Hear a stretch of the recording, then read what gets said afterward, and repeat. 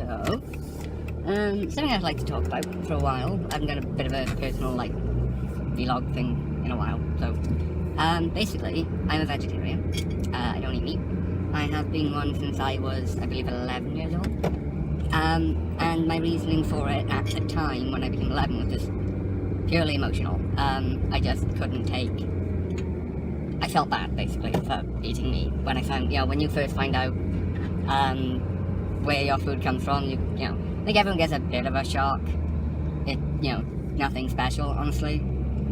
And I think sheer stubbornness after that point kept me going with it, because all my family thought I'd give up within about a week, which is why my parents were so ready to allow me to be a vegetarian, because they thought I'd just give up.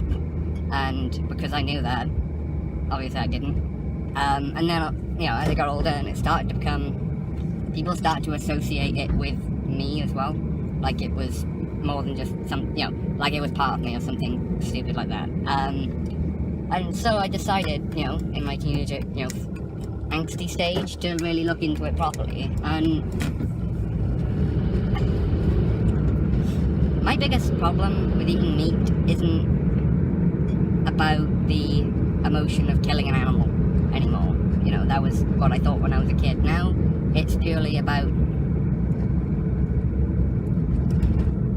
it's more practical. It's more about the fact that the way we consume meat right now and the increase of it cannot be sustained.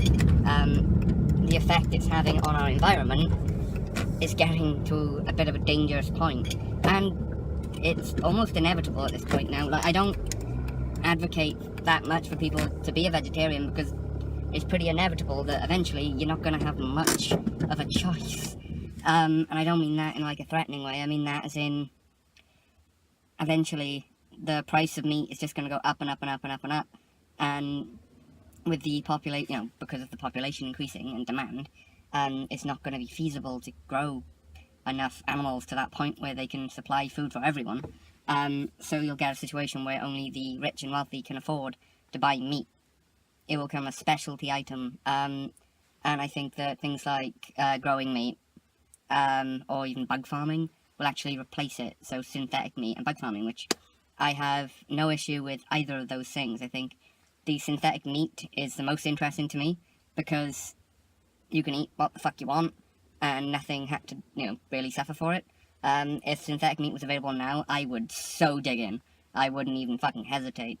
The bug thing is also really interesting to me. I've never really tried insects, but I have no issue with eating them. Just on the grounds of, I think, because of how sustainable it is compared to growing, animal meat. I think it's a workable solution. I think the thing I struggle with the most is ignorance about the topic. I think ignorance on its own is fine, as long as you don't have any strong opinions about the topic either. I think unless you have some understanding about what you're talking about, you shouldn't be expressing your opinion so vehemently. And, I'm not... By that, I'm talking about...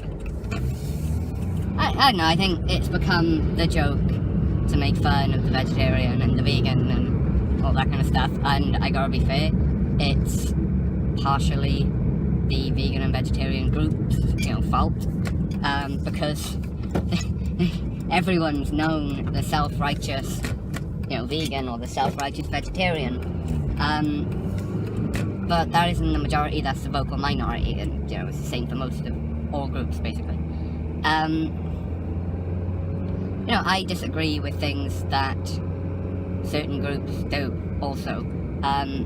For instance, I am very much in favour of animal testing for medical reasons, not for cosmetic reasons. I think for cosmetic reasons, that's fucking disgusting. But when it comes to medical reasons, things like, cancer research, research into mental illness, all these things, that all the advancements we've made in modern medicine, a lot of it can be, even on the most base level, comes from animal testing.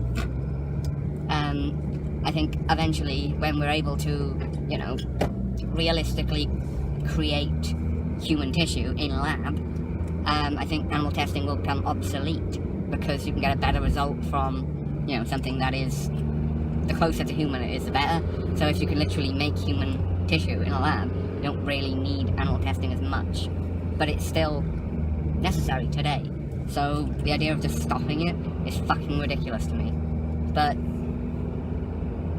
with cosmetics, I just don't think it's defendable in any real way.